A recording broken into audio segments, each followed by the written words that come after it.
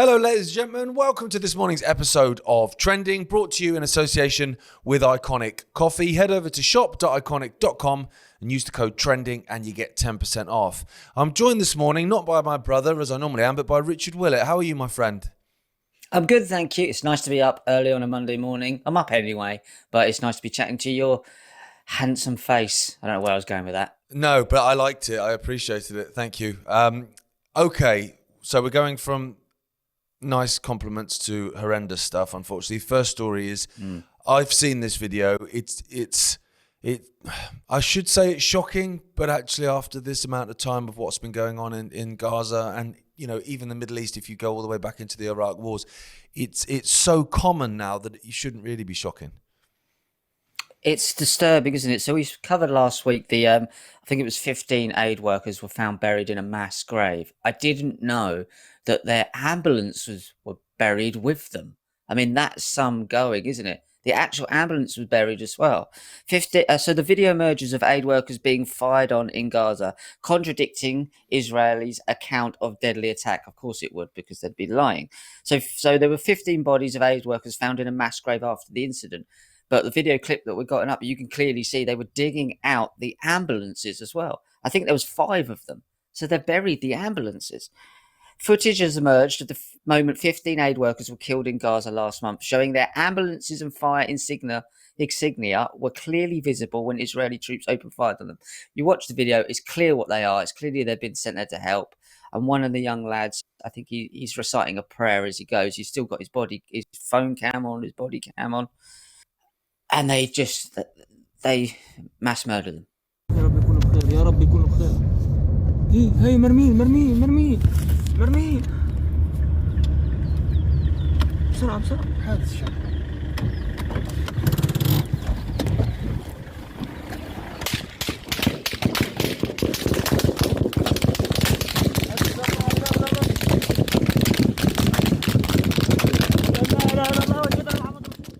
And they know, obviously, they're aid workers. Now, how do we keep... Because we've got to the point now where almost like the bully is not being reprimanded.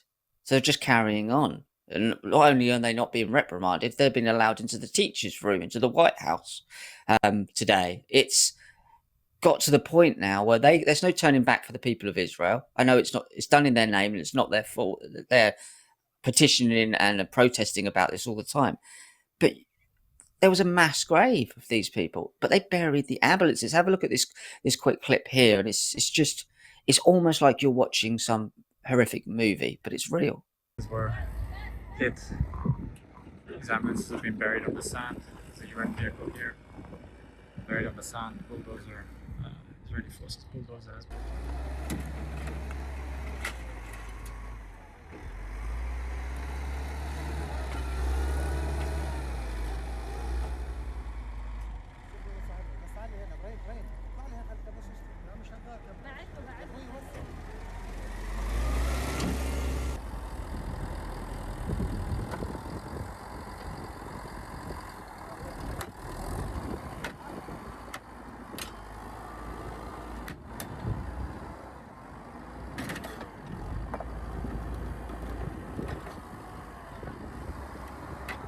Civil defense and PRCS ambulances arrived at the scene one by one. They were hit, they were struck, their bodies were gathered and buried in this mass grave. We're digging them out in their uniforms, with their gloves on. They were here to save lives. Instead, they ended up in a mass grave. Their vehicles, their ambulances, UN vehicles, civil defense vehicles are crushed and dumped, covered in sand next to us.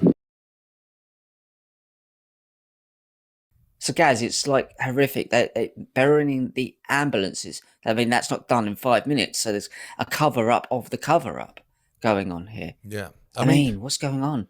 Well, when the IDF said their version of events that, you know, they believed that there were terrorists being carried in these vehicles and whatever, and they didn't have the sirens going and they weren't clearly marked and all this kind of stuff, you know the IDF are lying because their lips are moving. That's what they do. The Israeli government and the IDF, they just lie constantly. It's all they do is lie and invert reality consistently. And so you'd say, okay, so if you believed then that these were terrorists and they weren't they didn't have sirens and insignia going, which obviously we know they did because there's video footage of it. Why did you mass grave it? Why did you bury the 15 people in a mass grave and bury the ambulances if it was a legitimate target that in an act of war? You wouldn't have done that. You did it because you committed a war crime, and you did, and you tried to hide it because that's what you do. And you mentioned there, Rich, about the fact that, Netanyahu touches down in America today, to go and give his orders to the American government, whom he controls. There's an ICC warrant out for his arrest for war crimes, and he's been flying across Europe, visiting various nations. He flies off to America. And this is the thing about the schoolyard bully, is no one's holding him to account. So he's so emboldened. He'd do what he wants. He's stealing lunch money off the teachers now, because who's going to stop him? No one. But the thing is, I think, Rich, is now this stuff is everywhere. Like, Israel's been doing this for decades and decades and decades, 80 years. I remember in 2015, I remember in 2009, this stuff was going on and it wasn't getting any media coverage. This is now in the mainstream media. So you ask yourself, well, why? I mean, a certain element of it is the fact that it's all over social media, so you can't actually deny it because it's there in black and white. So that'll be part of it, of course. But another part of it, I think, is you also have to manufacture consent for this end of times, World War III, Gog and Magog, Islamic world destroying political Zionism, a mutual destructive war, and all this kind of stuff of Albert Pike. To create that, you need for people to hate Israel as well, because it's all well and good hating the Islamic world. The mainstream media has been making people do that for a very, very long time. But you need to get another portion of the population to despise political Zionism, which is basically the West. Let's have it right, but say Israel, because otherwise it's only a one-sided conflict, isn't it? You need both sides, and I think that's part of it, because it's getting people so angry that there's people out there now that would celebrate if someone attacked Israel. Like, there's people out there like MAGA lot that are all peace. They would celebrate if Iran got bombed, because that's what peace looks like, apparently. But then there's another side that would celebrate if Israel got bombed, and it's almost like, you do realize that this is death, like this is bad, but all of a sudden you've kind of manufactured that by allowing this information out. And it's, I mean, I'm glad the information's coming out, because I think people need to be held to account for things like this, but I don't think they will be. I just think it's garnering consent for a bigger plan further down the line, Rich. I think you've hit the nail on the head there. It's escalating, and to escalate it needs to go up in fractions and steps. Part of their prophecy is the nations will rise up against Israel towards the end. Of course we will, because you're killing loads of people. It's not against the people of Israel. They're the ones that will suffer, because this cult do not care less about the people of Israel. They are cannon fodder. They are being used as a shield, red shield possibly, of these occultists. So you're looking at a tiny portion of these messianic cults that hide behind the Jewish faith. This is not 99.9% of those of the Jewish faith in any way, shape or measure. I'm not even convinced that these messianic guys even believe any of that stuff anyway. I think they use it. So these are the guys around these politicians, and they're using everyone. So part of that prophecy is the nations, which is I think it's 70 nations, but I mean, that's the biblical. That goes back obviously 2,000 plus years, 3,000 plus years. So now obviously that's multiplied, but they call it the 70 nations, and that includes all of the West. And so that's why you see Donald Trump infiltrating on behalf of this cult, the West, and bringing it down along with Putin and Netanyahu. They're all bringing it down from within. So they're targeting the West to bring that infrastructure down, which is Rome, it's the Edomites, there's other names they use as well, Esau or Esau. But really it's us lot against them lot. They see two bloodlines, really, literally, and it's a very small faction. So it's part of their prophecy, and as you said, it's part of their agenda for Israel to be attacked as well. They have to have a reason, a problem, reaction, solution to do what they're doing. Hamas is a classic example. Put them in, let them take over the PLO, and then when the time's right, instruct them to attack the people they don't care about in their own country, and then respond to that. It's just the way it's done. It's chess. Yeah, exactly. And you know, when you say to people that They don't care about the Jewish people. They don't care about the people of Israel. We're talking about the state of Israel. They allowed October 7th to happen. Of course they did. The evidence for that is overwhelming. But also, and I talk about it all the time, Benjamin Netanyahu described the state of Israel, the people of Israel, as lab rats for Pfizer going back into COVID. So that's how much they care about the Jewish people. They don't. Like you say, they use them as a shield, a red shield, a Rothschild. Absolutely. So, talking of liars again, RFK Jr. is promoting the MMR vaccine. It's not the first time he's done it since he's come in. So let me read this story. Health Secretary Robert F. Kennedy Jr. said yesterday, that the most effective way to prevent the spread of measles is an MMR vaccine. The most direct statement yet on the issue following the death of a second child from measles in the outbreak in West Texas. Kennedy, who has previously long described the MMR vaccine as dangerous. Now, the reason he's done that is because it is dangerous, but it's an interesting one because me and you had a conversation when he was, nominated, that we didn't think necessarily, or I couldn't work out how they were going to get him confirmed, basically. It was like, how are they going to get this? Like, he's very open, anti-pharma, anti-vax, anti-war, which,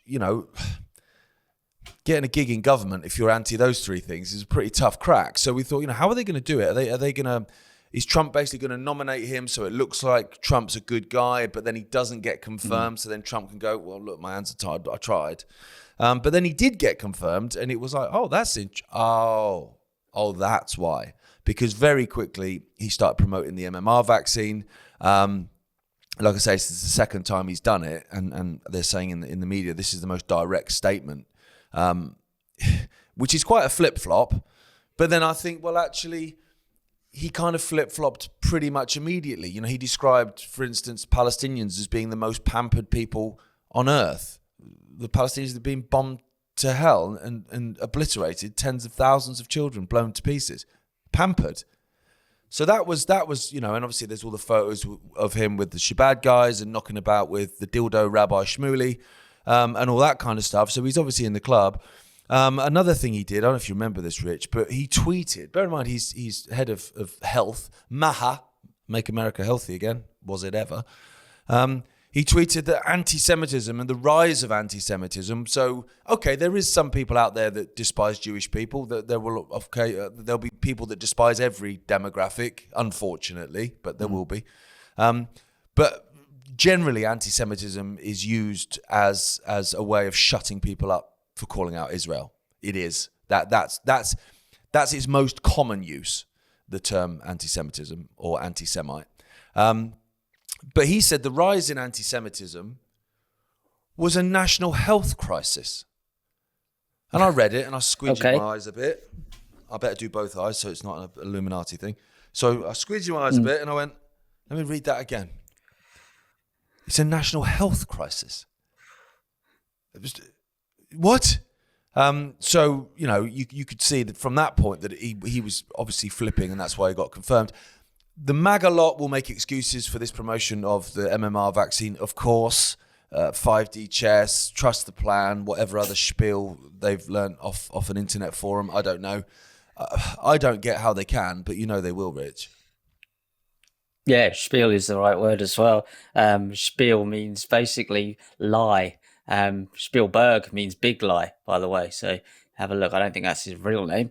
Again, it could have been that he was on Epstein's planes a couple of times, wasn't he? And he did a lot of drugs in his youth. Probably can't quite remember what he's done in the past. They've probably got something on him. I don't know for a fact, but it seems legitimate to me. He's surrounded by, as you say, the bad guys with the dildo rabbi keep popping up everywhere, literally sometimes.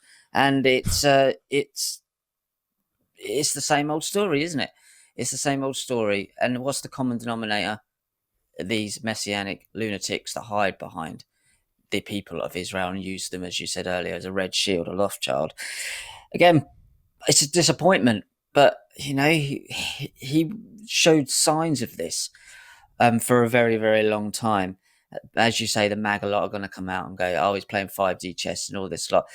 He was given an opportunity to, you can come in the club, but you've got to change your mind on this as you get in. Now, what is he thinking in his mind? whilst he's in there. Only he will know of that if he's got a turncoat whilst he's in there. But it's unlikely. If you're going to the point where you're saying the vaccines that you know are harming children all over the world are now good for people, again, you have to have a certain mentality. It's okay to sacrifice a few to save the rest. This greater good mentality, which is all part of the cult. It's sad, mate. It's sad, but you don't get into those positions without being like that now. And I don't really know if you ever did, to be honest. And if you do try to turn within, they'll do what they did to, JFK and his dad and his uncle. and Lincoln. Exactly. Yeah, and his uncle. So that's the thing, Rich. Again, it's another example of, in terms of politics, it's a nonsense to me. But it's another example of, until you've got a situation where there's a contract between the people and the politicians where what they say in the campaign trail, they have to enact once they become president or health minister or prime minister or whatever, then what's the point? What's the point? Because I can tell you anything to get you to vote for me. And then you vote for me and I do what I want. So as long as that is the dynamic as it is now, politics is a waste of time. It's completely pointless. They tell you what you want to hear to get the consent, to get the vote, to get in. Then they then start serving the real people, and it ain't you. But like you say, he's been showing signs of it for a long time. There's footage of him when he was a big climate change pusher, saying that people that denied human-caused climate change should be thrown in jail. So he's got form for being a complete idiot. But yeah, it is disappointing. But okay, so TikTok. Moving on then. I guess it's kind of still America, because TikTok was banned in the US. There was a date put on that ban. It's been extended, and then I think it's been extended again, hasn't it? yeah, it's been extended again. I mean, it's absurd. It's basically quite clearly cartelism and takeover of something that's doing all right, probably, and it's not completely under control as the cult wants it to be. So they're going to try and usher in their own control and their own takeover. And what was interesting in these tariffs plays into it as well. So President Donald Trump, for a second time, extended the deadline that would have required TikTok to be sold or face a ban in the US, or just let it ban in the US, for God's sake. A bipartisan law passed by Congress last year mandates TikTok's Chinese parent company, ByteDance, sell the app. If that's not cartelism, I don't know what is. That's the mobsters going there going, you're going to have to give us 10-20% of your earnings in your fish and chip shop every week, or we're going to come in and take you down. That's exactly what that is. There's no way around that. The platform went dark for a day in January, which is Kabbalistic terminology, by the way, in the US after the law took effect, until Trump intervened and delayed the ban until the 5th of April. Obviously, I believe, I don't even know what day it is. Are we the 5th of April today? I can't remember. He has now granted... Oh, God, I have no idea what day we're on. He has now granted another 75-day extension until June. So he's extending it until basically his mates can line up and get it. And guess who's in line to buy it, purchase it, steal it, basically? It'll be his mates. Larry Ellison. Yeah, Larry Ellison. Oh, what's the point? I know, isn't it? Tim Stokely, the British founder of OnlyFans. So they're going to merge them together. That'd be interesting. Yeah, that conservative website. He's pulled out now, though, because he's relaunched something else. Mr. Beast, aka Mr. Beast, Jimmy Donaldson. Apparently, he's the biggest YouTuber in the world. I've never heard of him. Tim Stokely, the British founder of OnlyFans. I just said that. So Microsoft are in there, and the private equity giant Blackstone, satanic symbolism. Blackstone. The venture capital firm Andreessen Horowitz. Now we covered the Egghead Man a few days ago, didn't I? So he's in there as well with his whole idea for the world of being this technocratic transhumanist cult, and as many others. Musk is in there as well. It's cartelism. You're looking at a global corporation that's slowly taking over, and everyone who supports Trump is going, and Musk are going, oh, he's in there clearing out this, clearing out that, cutting costs. No, what they're doing is having a corporate takeover of these institutions. So you'll have a CEO of the CIA, CEO of the FBI. They're taking out the elements when it will stop them doing what they're doing. It's a clear out. It's a January sale. That's exactly what it is. And it's clear as day exactly what they're doing. They are just getting rid of anyone who would stand in their way later on. And then the MAGA lot, because they're totally clueless, unfortunately, are cheering it on. So here you go. Cartelism. It's another example as well of it's okay when we do it. Because if Biden was still president, well, not that he ever really was he? But right, I don't know what day it was. But let's pretend he knew what day it was for the sake of this example. If Biden was president and the people surrounding him, the technocrats surrounding him, were buying up and taking over all the social media companies, therefore controlling the narrative of them, the MAGA lot would be going absolutely mental. And rightly so, because you can see what's happening. The mainstream media is dead. It's dead on its backside. It has been for a while. Kind of think COVID was the funeral of it, really, because they pushed so much obvious nonsense on the population that the population doesn't trust them now, and nor should they. So obviously the establishment in all its different guises, left and right and all that sort of stuff, you know, red and blue, they've owned the mainstream media for a very long time, but they haven't necessarily owned completely social media. So social media has been getting stuff out there. They've tried to censor it, and you've got the online harms bill and all the others. But what they've realized is that social media is where people get their information now, because they don't trust the mainstream media. So now they're taking that over. So it'll be interesting to see how the narrative changes on TikTok. Because obviously a lot of stuff related to Gaza, for instance, because obviously we spoke about that earlier today, a lot of information related to that has been exposed via TikTok. So that won't happen in future, I imagine, once these guys take over. So yeah, like I say, it's okay when we do it. But well, that's it. If they'd have told Joe to do it, Jill Biden told Joe to go on TikTok, he'd be standing in front of the grandfather clock, wouldn't he, for 45 minutes? Going, I'm not enjoying it. So, you know, they had to wait for Trump to get in. Yeah. Mate. Okay, so this kind of it kind of ties in, I guess, because again, it's related to tariffs. It's interesting how many anti-establishment moves that Donald Trump plays that play directly into the hands of the establishment. So his tariffs are doing that in the sense that governments around Europe, particularly, and around the world, are reacting to those tariffs in ways that are going to be detrimental, but will further the agenda. So this story broke this morning. Starmer, Zippy Starmer. Can we just show a video of Zippy again, please? Just so people around the world can see why I call him Zippy, because he's got the same voice. Oh, I can do that. I'm very good at building. I'll show you. Yeah. Hey! Zippy. It's uncanny, isn't it? That's the Prime Minister. It is. Starmer, Zippy, promises bold changes to rules over electric cars in response to Trump tariffs. Right, so let's read this. So bearing in mind, obviously, it's going to have a detrimental effect on the British car manufacturing industry. So what are you going to do to make it better, Zippy? What are you going to do? Sir Keir Starmer has pledged bold changes to rules around electric and new petrol and diesel cars in response to Donald Trump's tariff. Oh, that's interesting. What's he going to do? The Prime Minister will announce Labour's plan to reinstate the 2030 ban on new petrol and diesel car sales on Monday, in a move expected to pile pressure on Britain's beleaguered motor industry. What? That doesn't sound like it's going to help, Zippy. Businesses are currently grappling with the new rules from the White House, which means a 25% tariff is now applied to foreign cars imported into the US, while other products face a 10% levy. Right. So what they've also done, obviously the Labour Party, is they've increased these national insurance payments that employers have to pay. So therefore, they're making less money because they have to pay more money to the government for the people that work for them, which is not going to incentivize employment. It's going to incentivize firing people and having less employees, making them do more work, or better still, replacing them with AI. That's what it's going to do. What you want to do to help businesses is actually bring down what they have to pay out, so they've got more money to then go, do you know what, I would like to take on extra staff. And you employ those extra staff, and then those extra staff pay taxes, and they also then spend money in the pub and in the shop and everywhere else. That's what someone with a brain would do. But obviously we've got Rachel Reeves.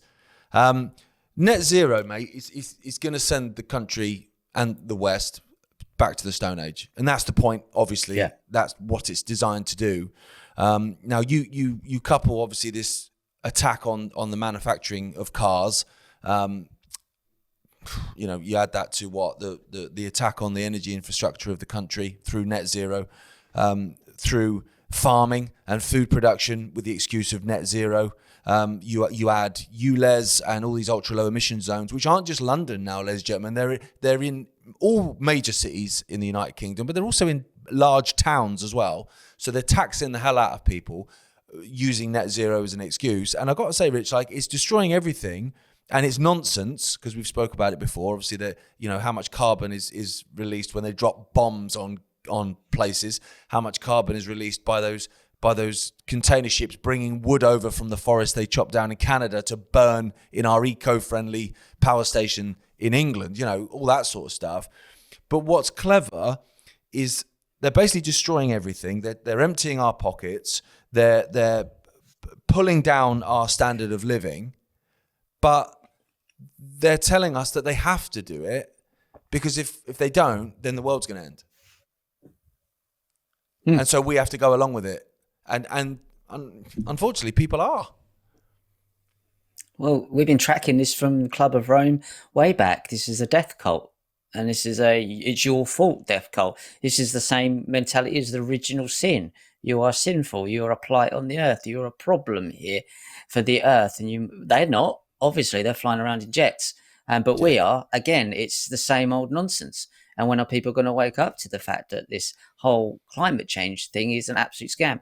And they tie it in with pollution, so they give it some legitimacy, because obviously we are polluting the planet into a certain degree. But the climate change thing is obviously a natural cycle of things. We all know that. You have the esoteric level of them hating the sun god, pagan gods, which they took over with their moon gods, lunar calendar, lunatic stuff that they want to bring in and live in their shimmering darkness. So you have that element to it, which is really deep, where they really, really work off. So there's this demonizing the sun, which is obviously we need for everything. And even the moon takes its light from the sun, doesn't have any of its own, that's another analogy of what these vampires do.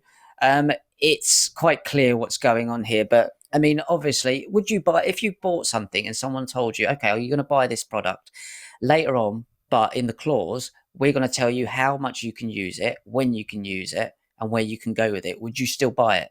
Because this is what's happening now, the corporate takeover, the CEO of the world. This is what's happening. You'll own nothing and be happy really means is that everything you do own will be sold to you on the premise of these policies of how you use it and how often you use it. You would not buy a product if the person selling it to you would tell you how to use it. You don't own it then. You're barely even loaning it. It's, this is the world where we're even into. This World Economic Forum world is that you'll have these cars and these electric cars, but you won't be able to go where you want to go. And not only that, you won't be able to use it when you want to use it. You'll be told what to do. So people don't realize what's happening here. And we're talking about the money situation. It's going to save money. We'll stop sending it to Ukraine and Israel then. Because it does to me, it looks like you're taking it out of one bucket, shoving it in the other bucket, and then going, there's a hole in that bucket. We need to fill it. Yeah. Well, no, there isn't a hole. I can see your hand going in it. It's ridiculous.